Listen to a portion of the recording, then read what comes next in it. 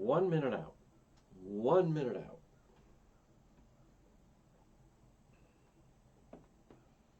Here we go.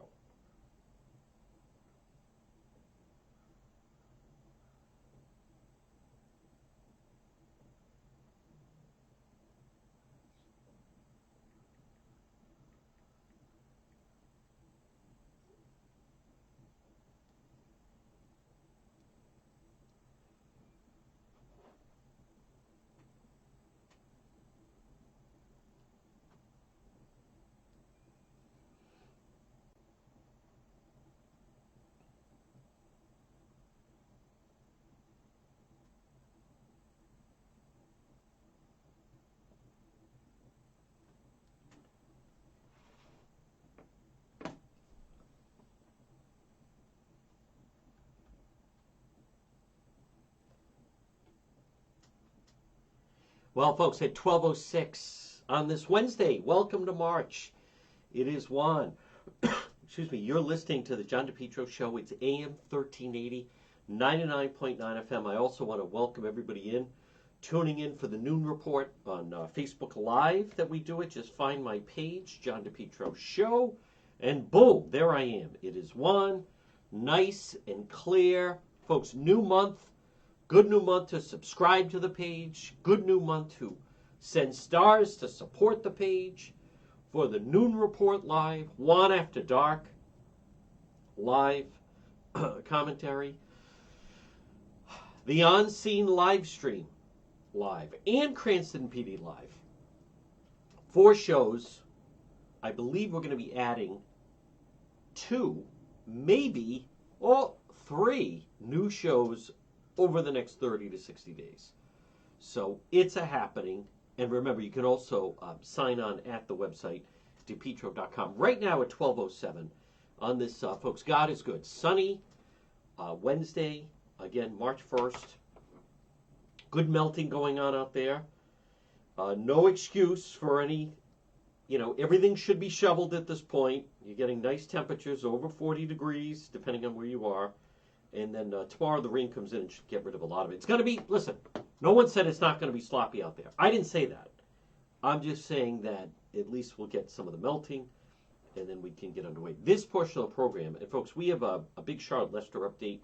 Also, Carbuncle Pond update. Now, remember, those on Facebook, make sure you follow the page, but you could also share the page, or if you type in someone's name who's also on Facebook, then they should get it as well. Meaning they should be notified. If you're on an app like Facebook, always check your notifications. You always check your notifications, whether it's several times a day or whatever, but that's how you get notified when there's a change, when we're live. I fully get it. There were periods of time that when I first was using FB, I didn't get the whole, but now when I'm constantly checking notifications where you get notified. So, with that said, folks, this portion of the program brought to you by AtMed Urgent Care. Now on this mission of mercy for all your medical needs, occupational medical services available, both locations, Atwood Medical Center in Johnston, right on Atwood Avenue, and also 5750 Post Road East Greenwich, right across from Felicia's, AtMed Urgent Care. Let's talk about the Johnston location. Like I said, DOT exams, pre-employment physicals, drug testing, COVID tests, orthopedic surgeon on site. Maybe someone's injured at work. They're open 7 days a week. They have doctors and nurses. Here's a fair question. One, why would I go there when I can instead just go to an emergency room? Well, I'm glad you asked that. Several answers.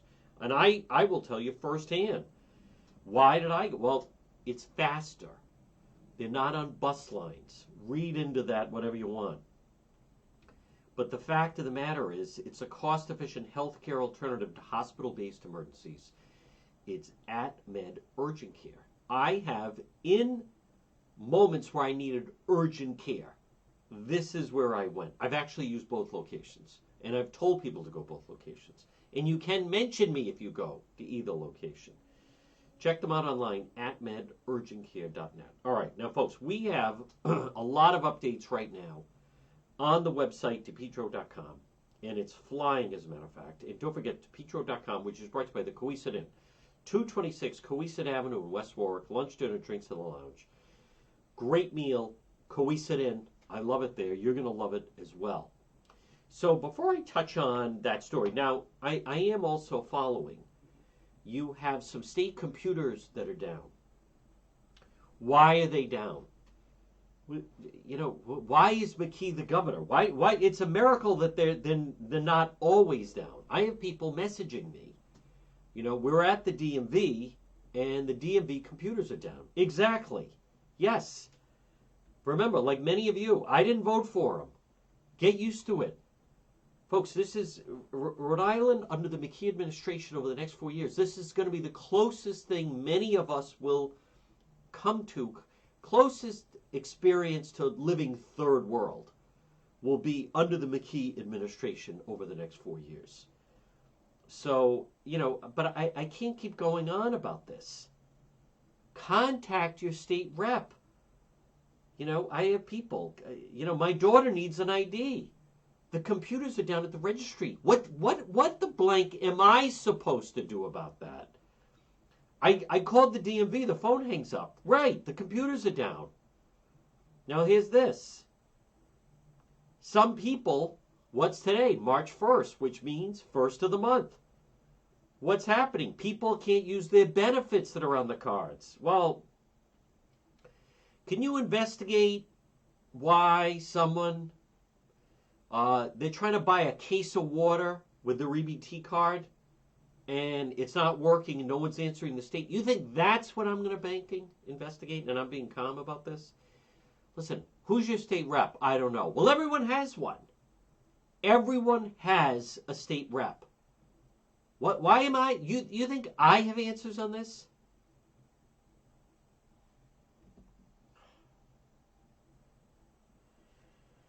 Oh yeah, you must be doing a lot of This is not even an undercover report. No one's answering at the governor's office. What? Of course they're not. This is like a lesson of insanity. There's no one answering. Listen, I'm not. Do you think over the next 4 years I'm going to waste time on total sheer incompetence? The answer is no. So I don't know what to tell you. And here's what's really going on. The people with the EBT cards that are getting them are noticing they don't have the extra bump that they've been getting. They were getting an extra bump during COVID, but that has come to an end. So a lot of the people using SNAP cards, using the EBT cards, are claiming, oh, my EBT card's not working. Oh, no, it's working. It's not working at the amount you're used to. Listen, the report came out the other day. This is my advice to all those people. For the past 3 years, whether you realize it or not, you were on a vacation. Maybe you didn't enjoy the vacation. Maybe you didn't realize you were on vacation. But you were on vacation. And so, listen, and I'm not trying to be mean here. Find employment. Find employment. I don't want to hear from what are we supposed to do now? The answer is the same. It's like that guy on TikTok, Papa Smoley, where he says, go to the blanking gym. And he has this whole thing. I think he's out of Florida. He's got a pretty successful TikTok page. And all he talks about is, and he uses, go to the blanking gym. Oh, really? You're overweight? Go to the gym. You want to get in shape? Go to the gym. But he uses profanity, which Juan is not going to use. So all the EBT, hey, I'm not getting the same amount. Find employment. Hey, find employment. They want to raise find employment. Work. It's good for you. For the past 3 years, we didn't have to. I know, it's over. You know what Monday morning represents? Monday morning represents the end of the weekend. The worst day to go back to work is your first day back after vacation. It is. Monday mornings into a week ago at this time, I was skiing, or I was on the beach, or we were on a cruise, or whatever it is. My answer is the same. Hey, call your blanking state rep. I don't know who that is. That's not my blanking problem. Well, you should have. I'm not investigating anything. Oh, yeah, I'm going to investigate that the McKee people are having a computer problem. What? Maybe I should investigate. Gee, why are all these people in Central Falls not speaking English? No, of course there's computer problems. That's the state motto. Stop acting surprised. From here on out, it is sheer incompetence. This woman's been messaging me every 10 blanking minutes since this morning. My daughter needs an ID.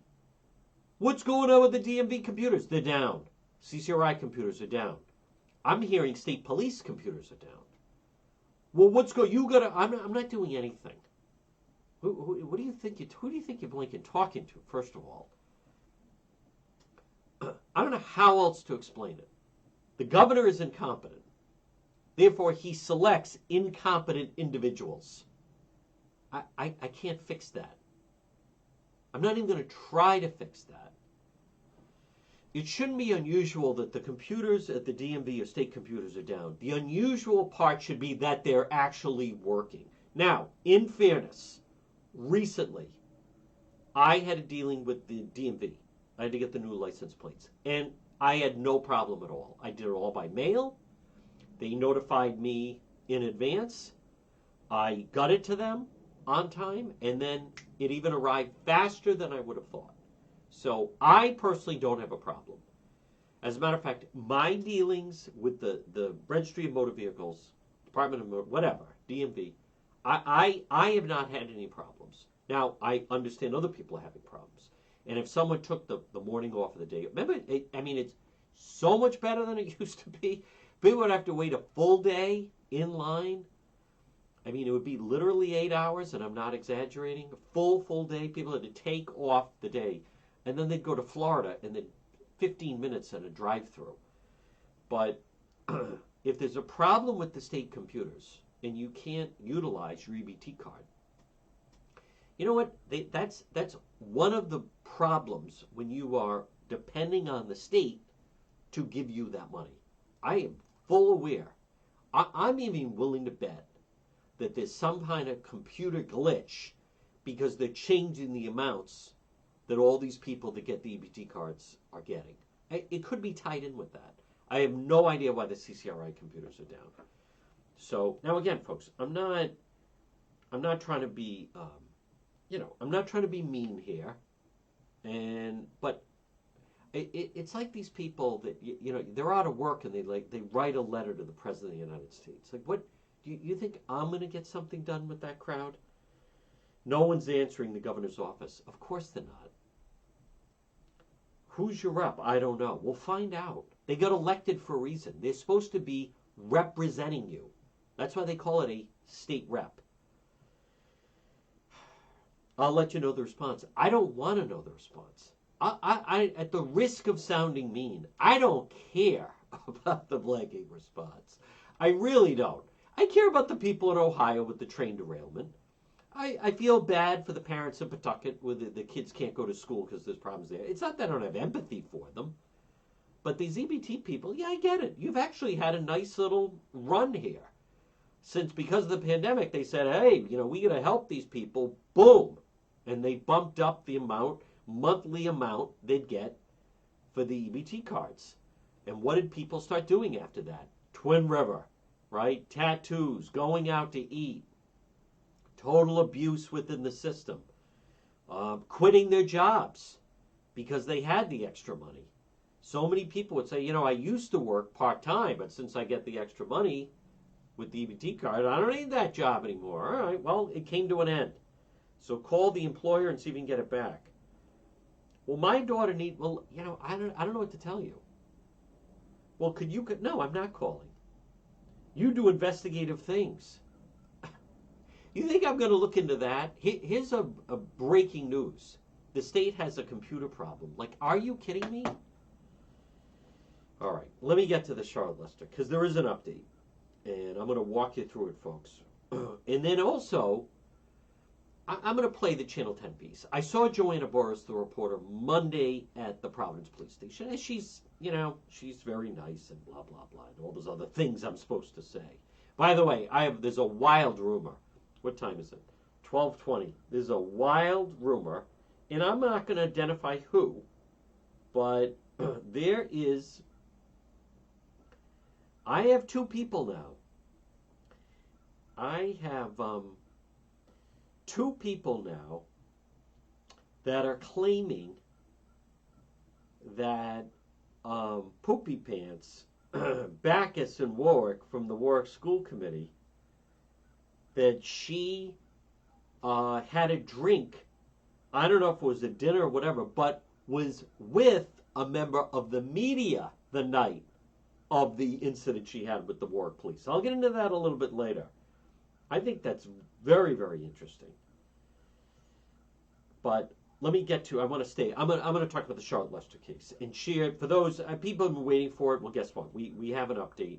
But folks, let me stay on schedule. This portion of the program brought to you by Propane Plus. More and more people are turning to propane in Rhode Island. Call them 401-885-4209. In Massachusetts, 508-252-3359. It's Propane Plus, heating and cooling. Do you use propane? You do? Well, then call Propane Plus. Heating and cooling, the original, the best, 3 generations.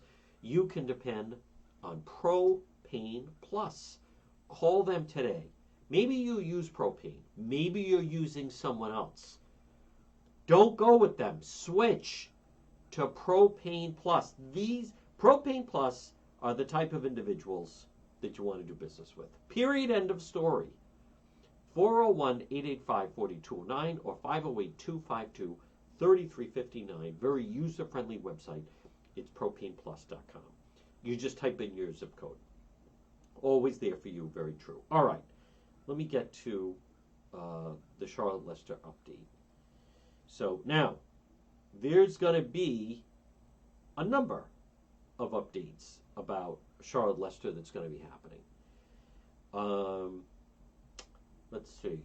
But I want to stop. We're going to stay on. I'm going to stay focused here. Now, by the way, my case against this Mark Perkins, it's proceeding. They had, I don't want to guess. There was a, the latest was they had, pre-trial conference, blah, blah, blah. I'm going through all the necessary paperwork. I'm not trying to minimize it. And, the Attorney General's office have been very responsive. And it's also interesting for me, folks, to go through the process. I think the next date is March 24th or March 22nd. I don't remember. It could be the 20th, but it's that week. So, but it's not easy. I don't envy anyone that has to go through the system of being a victim of crime, a violent victim of crime, as a matter of fact. He will be held accountable. But Charlotte Lester case, of which, again, this is the missing persons case. She went missing. I realized that there should be a picture with that on the website. I just saw it. We'll get it corrected. But she went missing. It was last May 16th. I know this case inside and out. And the family and friends of Charlotte Lester posted something on Facebook today. Now, I want to walk through it. Now, if you're interested in the Carbuncle Pond case, I'm going to talk about that and fill in the blanks on that. Folks, that's what we do. That is what I do. And I want you to understand that. Many times, if I am, and I have a right to do that, as a matter of fact, right? I have a right to let you, the listener, the viewer, know. It's a very fair question. What do you bring to the table? Now, there are some people, the only thing they bring to the table is they happen to be on Channel 10, 12, or 6. There are some people, the only thing they bring to the table is they sit behind the microphone of a powerful radio station. Other than that, though, zero. So, but I will walk you through. And this is just the beginning. I still see some people post things maybe it was this, maybe it was that. I don't like to chastise people. There's some people that have to go back and kind of get caught up on this. I saw someone recently, well, maybe it was a security guard at Kent. Anyone that says that has not been following the case. And we've taken people through this. So, but here's what they posted. This is Help Us Find Charlotte Lester. And this was posted by friends and family of Charlotte. We're not going to stop until justice is served against Mark Perkins. Now, that is the guy with the orange ski mask that attacked myself and Ladybug. And by the way, Ladybug continues to be on the mend. I think we're going to do a Juan After Dark with her sometime this month, now that we're into March. I believe we will. But she's feeling better. She appreciates everyone's thoughts. Ladybug almost met her maker. We thought Ladybug was a goner. I heard she was given last rites. She has somehow clung to life. And Ladybug, who has never fully recovered from the attack that her and I went through last August 17th. And the reason I remember that is because I was there the night, August 16th, which was the June, July, August, 3-month anniversary that Charlotte went missing. So, but let me get to it. Here's what they put. The following is derived from conversations we, Lester family, have had with Mark Perkins' brother, because he won't talk to the family, Carl Perkins and his wife Luann. Now, I believe they live in Warwick, where All You Can Eat Buffet J approached and attempted to intimidate the chosen one. Failed, but attempted. Here's what they write. Now, again, if you're looking for this, I have it on depetro.com.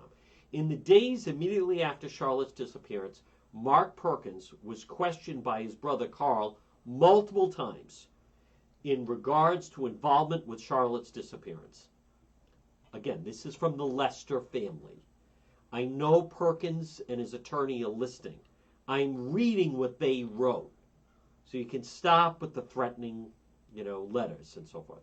Mark denied that he had any involvement and reported they had broken up and he had not seen her in over a week prior to her disappearance. Again, this is the Charlotte Lester family. Mark told Carl and Luann, so that's his sister-in-law, Carl's wife apparently, Charlotte was, quote, not at his house on the evening and morning in question. Now that would be Monday night, May 16th, or the early morning hours of Tuesday, May 17th of last year.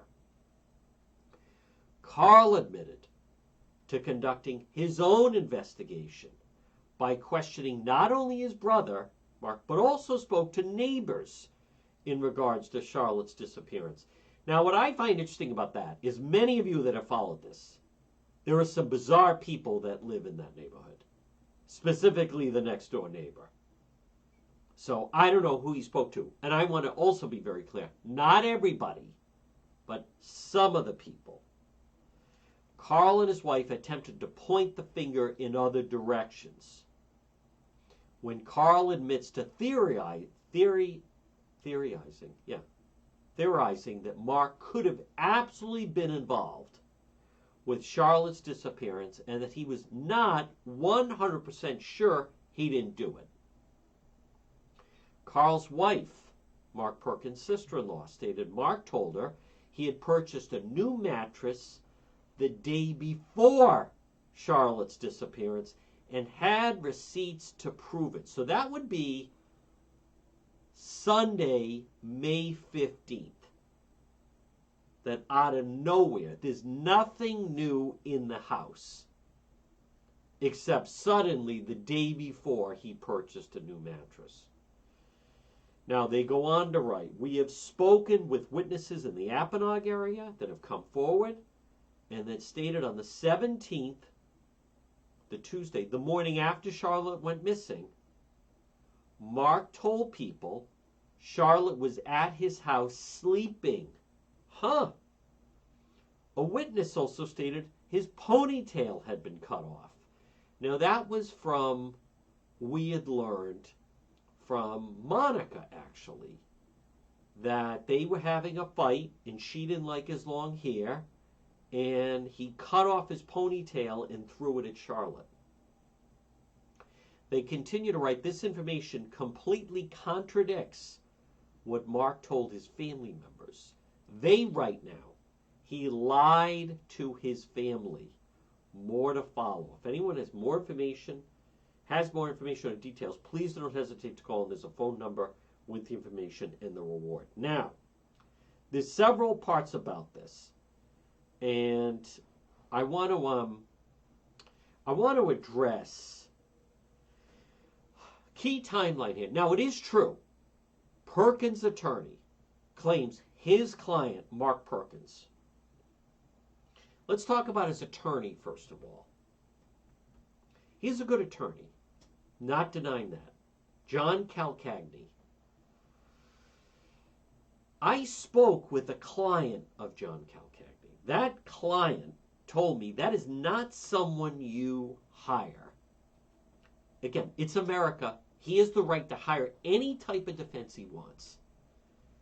But it's not the type of an attorney you'd hire if this was just some BS matter. So that's number one. Now, he's not brave. I want to be very crystal clear about this. And I repeat, and I know the Calcagni people are going to hear this. A big number of people, his clients, are people that have been accused of murder. Period. And I know that. Or very serious crimes, as a matter of fact. Very serious crimes. This isn't someone you call if there's some kind of minor misunderstanding. Even Attorney Calcagni will not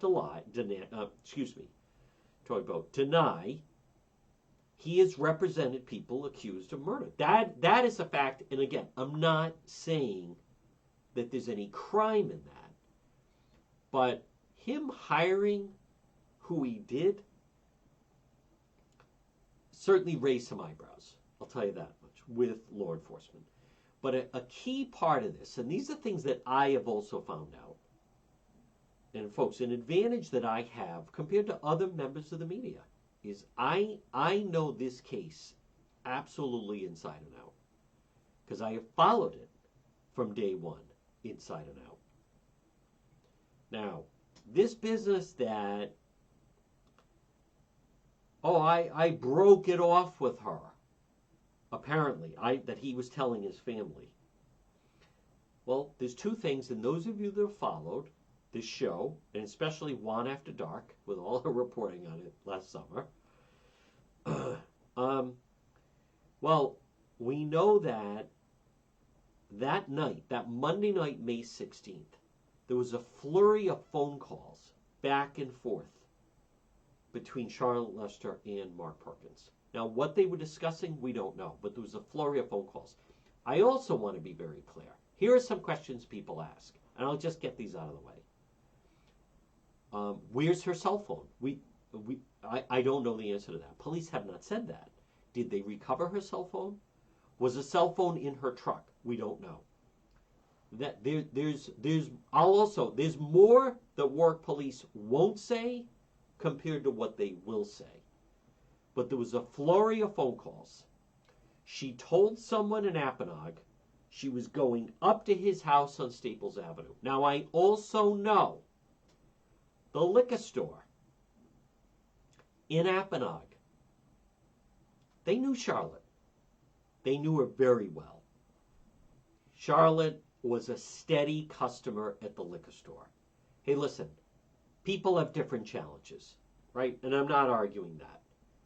So, no one would argue. Possible some kind of a drinking problem of some kind. But what they took note of, they knew what type of wine she liked. She was a wine drinker. She'd go into that liquor store in Apponaug and purchase wine. They knew the type of wine that she liked. How friendly was she with the people in the liquor store? Well, she'd even get some of them Christmas gifts. She got to know them very well. She was a regular customer. They also took note that there was a new dynamic to her coming in, because not only was she buying the type of wine she bought that she liked, she started purchasing a certain brand of beer that Mark Perkins liked. So that's how they knew there was a new dynamic to the relationship. Because then he would go in there, and then he bought the beer. I don't know if he ever went in the liquor store with her. But on that night, Monday night, May 16th, and there she is on the video. So I revealed what she was last wearing that Monday night in the liquor store in Apponaug. And what was she purchasing? She was purchasing her type of wine. And I have this written down. I don't recall exactly. But she was also getting him beer. Now, she normally bought that when she was then going to be going up the hill to Staples Avenue. So that's interesting. I also, if you're not following the Alec Murdaugh trial, this is the murder trial going on in South Carolina. This is the attorney. I mean, to me, this guy is completely guilty. There are specials. I've been talking about it on Netflix about it. The jury's going out to where the murders happened. Then there'll be jury deliberations. But this is an example in the Murdaugh trial. Alec Murdaugh, who stands trial of, first of all, he has all these financial crimes. He ripped off a lot of people for millions.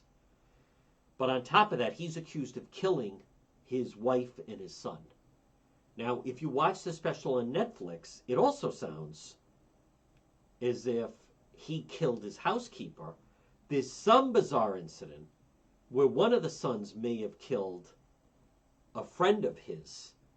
Stephen Smith, I think was his name. And then you had the other son who's dead now, Paul Murtaugh, and I'm not trying to get too confused here, who did, in fact, was behind the wheel of the boat when this young woman went flying. They hit a bridge and she died in the boat. But the reason I mention this is during the course of this trial going on in South Carolina, and this is really important, Alec Murdaugh, if you've been following the case, he has basically altered his story based on the evidence presented against him.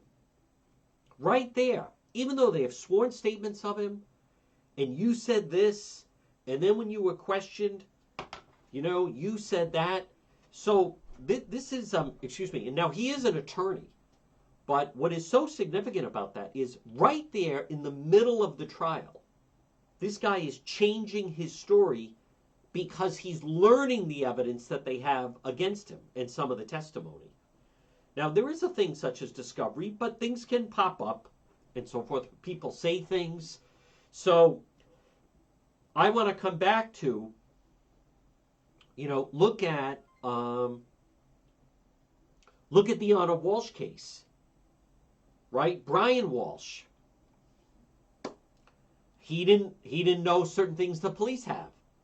When the suspect learns what the evidence is, if they know a lot, then they start to adjust their version of events once they learn what the other side has. I recognize that to us, the public, it seems very unfair. It does. And there are many of you that ask very good questions. Why don't they do this? Why don't they do that? But it's not about winning in public opinion. It's about, and I'll give one more example about this, but I don't fault the Warwick Police, and I don't fault the Attorney General's office. Right? Their goal is, if they have the evidence, and I believe they have a lot of evidence, to bring it to its conclusion, not just do interviews and possibly endanger things. Now, I know right now, because when the incident happened with me and the Perkins and the lawnmower and the whole thing, you had people saying, and I see it, people coming after me, nasty messages. How dare you target that guy? That guy's just going along, and like I just picked someone out of nowhere and decided, that's ignorance. I'm not saying those people have any semblance of an IQ or a brain. For those that have followed the Charlotte Lester case, I've been very clear. We had on police experts, right? Lieutenant Gannon, what did he say? They go where they know. When something happens, people commit a crime. Look at Brian Walsh. Where did he go? He went to the dumpster, Swampscott, where his mother lives and threw some stuff in the dumpster. Then, when he had a little more time, Brian Walsh, they have him at dumpsters in Brockton, Abington, closer to where he is. Did Brian Walsh drive out to, drive to New Hampshire? No. Did Brian Walsh go to Rhode Island or Connecticut? No. He went where he knew. He stayed in his general area. He had to get rid of some evidence. He drove to Swampscott, where the mother is, and used her dumpster to get rid of it. So they don't suddenly, because when this case hit, people said, well, maybe did you ever think of checking the campgrounds in Westfield? They go where they know. In this particular case, Charlotte Lester, before I talk about Carbuncle Pond, someone who's in law enforcement said, you follow the police. Follow the police.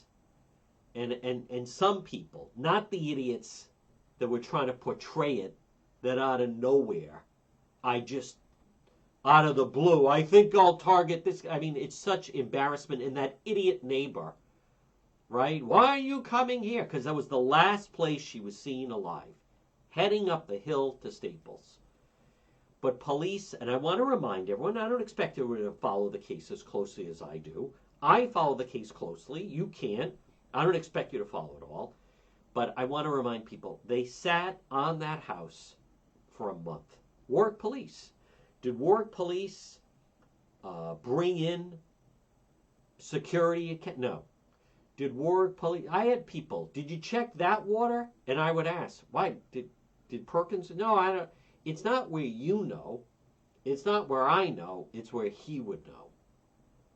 That's why also the dog was found over Belmont Park in Warwick. Now that, I don't know what to make of it.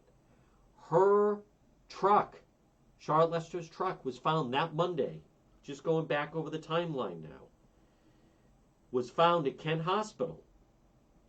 Remember, she was last seen, Charlotte Lester, it's 12:42 on this Wednesday. She was last seen Monday night, May 16th, 10 o'clock, leaving the area by the Crow's Nest, going up to Staples. And what did she have? Wine for herself. Apparently beer for Mark Perkins. That's what the people at the liquor store said. And that's what someone that last saw her. Warwick Police showed up. She was reported missing on the Thursday. A crucial timeline, as I've talked about, are the events of 10 o'clock Monday night, the 16th, until Tuesday the 17th, really crucial day. I know of someone that spoke to him that Wednesday, and then she was reported missing on Thursday the 19th. Now, you can't go back in time. You know, it is too bad that on the 17th, the Warwick Police were not notified she was missing. Nothing can be done, right? It is too bad, because whatever happened to her, as we saw with the Brian Walsh case, it could have been a different dynamic. In the Brian Walsh case, Anna Walsh, right, Swampscott, come back to us one, Cohasset. He wasn't going to call the police because he was waiting for the dumpsters to get emptied. It was her work friends, her employer that called the police. The husband, Brian, he wasn't going to notify anyone. He was like, oh, she must be missing in Washington, D.C. He was trying to point the finger. Yeah, she got on a plane. He wasn't going to say anything. So when you look at that case, you know, and the fact that they found the stuff not only in the basement, but then they also found things in the dumpster in Swampscott. Again, the Anna Walsh, Brian Walsh case. And the Cohasset police, when they went by the house, they noticed the seats were down in the SUV they had. And then when they went back on Thursday, they noticed the seats were back up and the car had been cleaned. Brian Walsh seemingly needed like one more day to get everything in order. But just going back to Charlotte Lester, what is unknown is, did the police go to that house on Staples on Thursday, or did they go on Friday the 20th? We don't know. Warwick police know. But I do know that sometime either Friday night, May 20th, or Saturday, May 21st, sometime in there, they arrived at Staples Avenue in Warwick, and they, and those of you who follow the story, they mapped that thing off into a crime scene. And Mark Perkins no one was there. They initially, if you followed my coverage, of which we started investigating it on the 21st, they had 2 police officers there initially, 24/7. That house, the crime scene was secure. They were there for a solid month. They left on Saturday, June 18th, and then Sunday, June 19th was Father's Day. So, and also the birthday of Juan. But my point is, anytime you try to stray from maybe it was this person, maybe it was that person, you come back to where were the police for a solid month. And they were right at that house. So, and then we've gone into some of the different things. So I'll tell you this, folks. And again, good afternoon. You're listening to the John DePetro Show on AM 1380 and 99.9 FM. Listen, that case is not solved. Been some setbacks. I've said, I think the Channel 12 piece back in the fall I thought it was a setback. I did, because then they went from listen, I could go on and on. I'll probably do a one after dark about it later. Look at how he reacted with me and Ladybug, right? The orange ski mask, the music, trying to kill me with lawnmower. No, I don't know if people fully get that. He was literally saying, I'm going to end your life. Not once, repeatedly over and over. And not someday, like right now. You watch that video, right? I mean, talk about Juan took one for the team in a big way. I'm going to talk about Carbuncle Pond because it's significant. I'm not knocking the Channel 10 piece, but I'm going to fill in the blank for you on that. And I've been getting messages from people, how come Channel 10 didn't credit, since if you go to the website, last Thursday, I revealed who the woman was that was found in the pond. Hey, I don't know what to tell you, folks. It's a competitive business. I always credit, right? I always credit. You hear me. I'm going to play it. I don't say, here's a piece. There are some people in media that are plagiarists. The Cackle's a big plagiarist. Every time you hear the Cackle, she'll say, a friend mentioned me. She's reading, picking something up from a news story, and then tries to say, yeah, a friend of mine mentioned me. All lies. Cackle, total plagiarist. All right, folks, this portion of the program, though, hey, I want you to take advantage of long-term care coverage. And why not take advantage of a free consultation? Our guy, Tom Bryan, Ameriprise Financial. Call today, set up a free consultation, 401-434-1510, 401-434-1510. Office is located 400 Massasoit Avenue in East Providence. Ameriprise Financial. Number 1, advice about retirement. Number 2, advice about your finances. Also advice on major purchase planning, education planning, estate planning. Ameriprise Financial. And you can learn more about long-term care coverage. Call right now, free consultation, 401-434-1510, 401-434-1510, Ameriprise Financial. Now, I'm also going to post later. Spring is here. I have 3 openings. We keep a limited number of sponsors. I have 3 openings to be a spring sponsor on the show. I'm going to post it. If you're interested, you can either go to the website, depetro.com, and message me for your business, and or you can message me on Facebook. Now, here's what's funny about the Channel 10 piece. I know for a fact, the other night, they saw that I was in Cranston for the standoff. So and I like the photogs that I deal with at Channel 10. I'm not knocking them. But I know they follow what I do. And then therefore they, for those of you that saw Sunday night, first on the scene with the murder on Charles Street, and then Tuesday night, Um, excuse me, Monday night in Cranston. So I mean, so I know they monitor what I'm doing. For them to say, "Oh, we didn't know that you identified who was the woman found in car." I mean, does anyone really believe that? Ludicrous. I'm also seeing the story. I'm going to play this. Extra pandemic SNAP benefits end in Rhode Island and Massachusetts. Oh yeah, now it's a panic. Now it's a panic. But I want to find only on 10. Family of woman found in the pond seek justice for her death. Well, again, I'll give them credit. They did talk to the family. I have not. I've been talking to other people to get the information. I found some of this a little redundant, but I'm going to play this part of this Channel 10 piece about this is the Carbuncle Pond. December 21st, I was there, and I'll let them do their only on 10 nonsense. 9 weeks after the discovery of a woman's body in Carbuncle Pond in Coventry was ruled suspicious, Rhode Island State Police aren't saying much about their investigation. That has not stopped Joanna Boris from digging into the case and learning new details. Good to have you with us tonight. I'm Patrice Wood. I'm Gene Valicenti. We've confirmed the name of the victim and speak to the family only on 10 tonight. Joanna?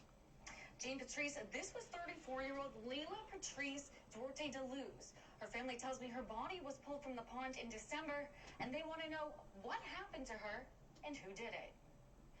It's been more than 2 months since Rhode Island State Police blocked off Carbuncle Pond to investigate the suspicious death of a woman Yes. on December 21st of last year. Yes. Troopers won't identify the victim, but family and friends have. The detective, the policeman that came here, they told me, yes, it was Leila. Family members and friends tell me the victim is 34-year-old Leila Patricia Duarte de Luz. She was living in Brockton, Massachusetts at the time and was 2 months pregnant. Leila didn't deserve that. She was I have all this on the website from beautiful last Thursday. soul. She helped me. I feel She bad for was the family and always friends. I there do. for me. They're nice No, people. A kind of friend that you can tell it was a sister. Her friend who lives in Rhode Island doesn't want to show her identity because the suspect could still be out there. She tells me when she didn't hear from Leila. All right, I want to just stop it there. Because the suspect could still be out there. No, let me fix that for you, as they say at 12:52. No, the suspect is still out there. What do you mean the suspect could still be out there? This wasn't a murder-suicide. Now, it's a complicated case. It is true Rhode Island State Police have not revealed. They want to reveal the name, which is odd. But it's my understanding, and I have posted on this now, that from what, first of all, but just that line, the murderer could be out there. No, the murderer is out there.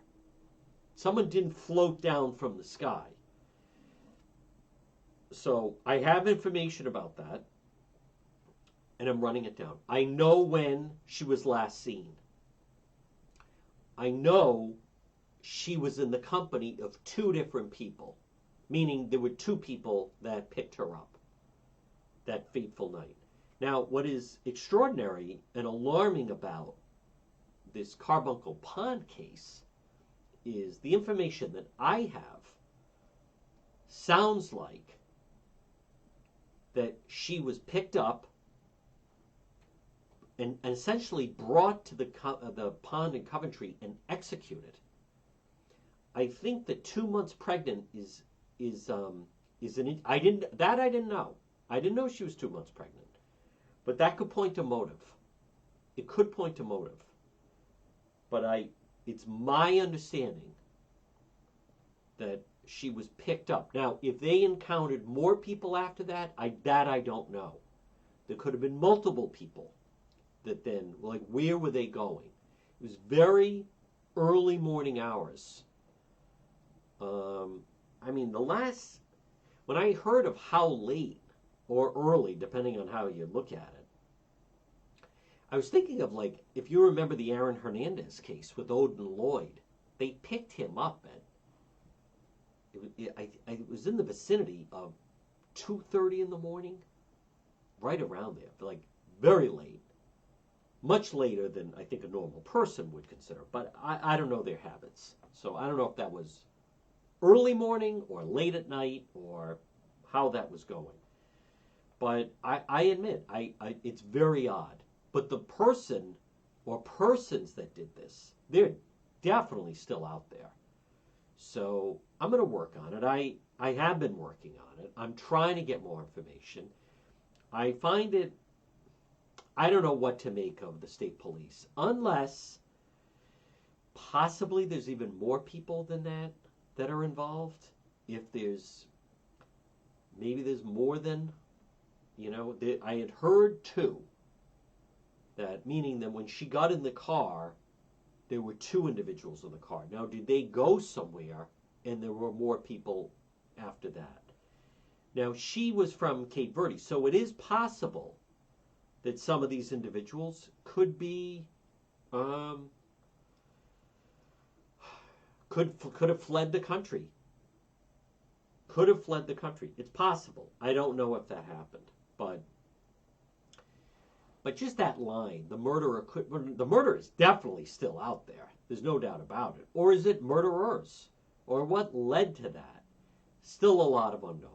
It is unusual, though. It is, as someone that, look at how, just as an example, folks, 12:56 on this Wednesday, how Sunday night, I was on Charles Street, right? Providence Police, there was someone shot and killed. He was driven to Rhode Island Hospital. Okay, you have a murder. Monday morning, Providence Police Station. I'm there. I actually saw Joanna Bartz of NBC 10. And here's what happened. There was a murder. We're going to release the name later today, which they did. And then they released the name, and it was someone in Providence. So what's unusual about the Carbuncle Pond case is the state police, they never revealed the name. They still haven't revealed the name.